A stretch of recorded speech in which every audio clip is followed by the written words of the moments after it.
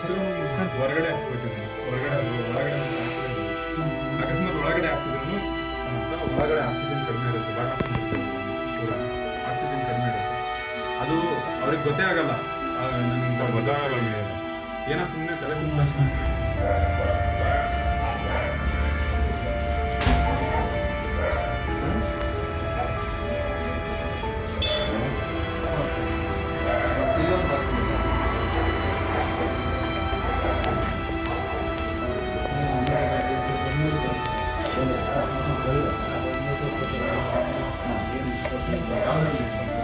ಎಲ್ಲ ಊದಿರೋ ಬಾಡಿ ಊದಿರೋ ಊದಿರೋ ಎಷ್ಟು ಓದಬಹುದು ಸೈಜ್ ಇದೆ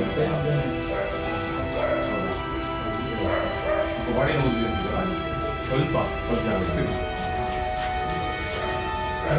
ಅಲ್ಲಿದ್ದಾರೆ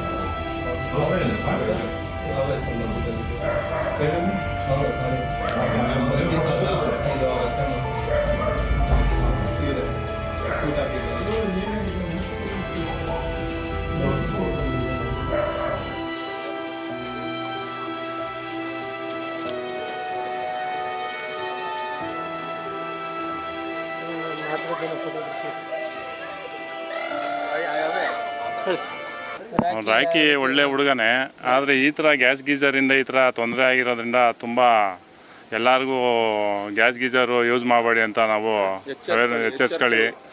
ಅದು ಜಾಸ್ತಿ ನಮಗೂ ಅನುಭವ ಆಗಿದೆ. ಇದು ನಾವು ಈ ಥರ ಆಗಿ 5 ನಿಮಿಷಕ್ಕೇ ನಮ್ಮ ಮಗ ಎಲ್ಲ ನೋಡ್ಕೊಂಡಿದ್ದಕ್ಕೆ ನಾವು ಬಚಾವಾಗಿದ್ದೀವಿ.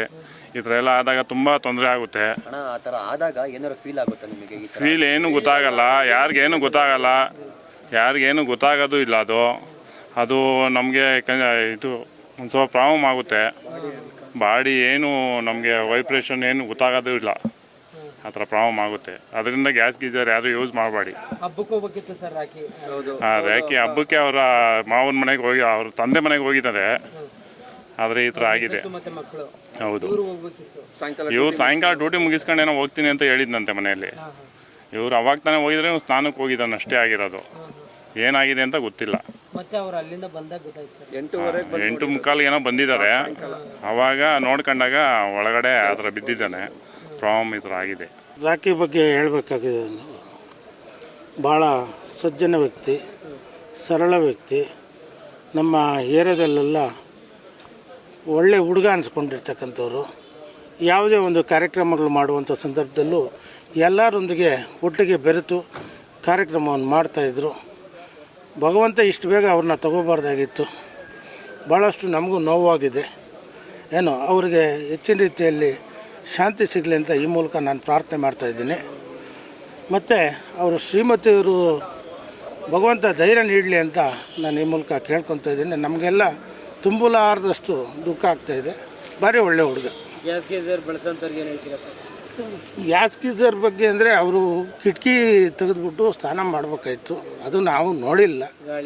ಈಗ ಗಾಳಿ ಎಲ್ಲ ಆಕ್ಸಿಜನ್ ಎಲ್ಲ ಹೊರಗಡೆ ಹೋಗಿದ್ರಾಗ ಬಹುಶಃ ಉಳಿಬೋದಾಗಿತ್ತೇನೋ ನನ್ನ ಅನಿಸಿಕೆ.